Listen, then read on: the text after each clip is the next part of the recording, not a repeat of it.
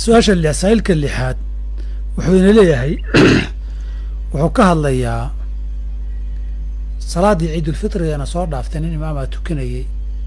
takbiiraadkiibuu halmaamay toddobadii ragcadda hore ahaa iyo toddobadii ragcadda dambe ahaa markii allahu akbar la yidhahdo ragcadda hore 7 jeer baa allahu akbar allahu akbar allahu akbar lagu celiyaa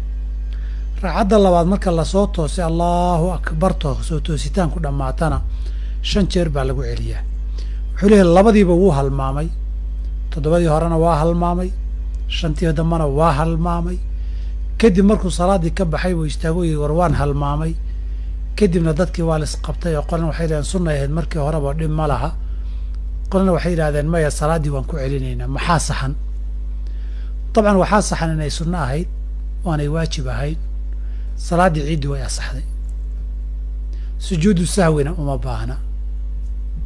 oo takbiiraadkaa laga tegey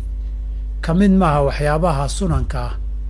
ee cindanaa sujuudu sahwiga keena ka mid maaha abcaadu salaad ka mid maaha mardayna ka mid ahayn sunanka qaybihii kale sidii hay-aadka ahaa ayay xukunkeedii qaadanaysaa haddii laga tegayna salaaddu way asaxaysaa haddii la samayn lahaana sunno iyo ajri fiican bay noqonaysaa intaan garanaya fuqahada muslimiinta wax waajib ka dhigay ma xasuusto oo fuqahada muslimiinta ka mid a inta xasuustayda ku jira haddaan xasuustayda iyo daakiradaydu khiyaamin fuqahadu khilaaf kuma ogi ma xasuusto intaan xasuusta way isku raacsan yihiin madaahibta macruufkaa inay takbiiraadkaasi sunno yihiin oo salaadu la-aantood asaxayso ama kasa looga tago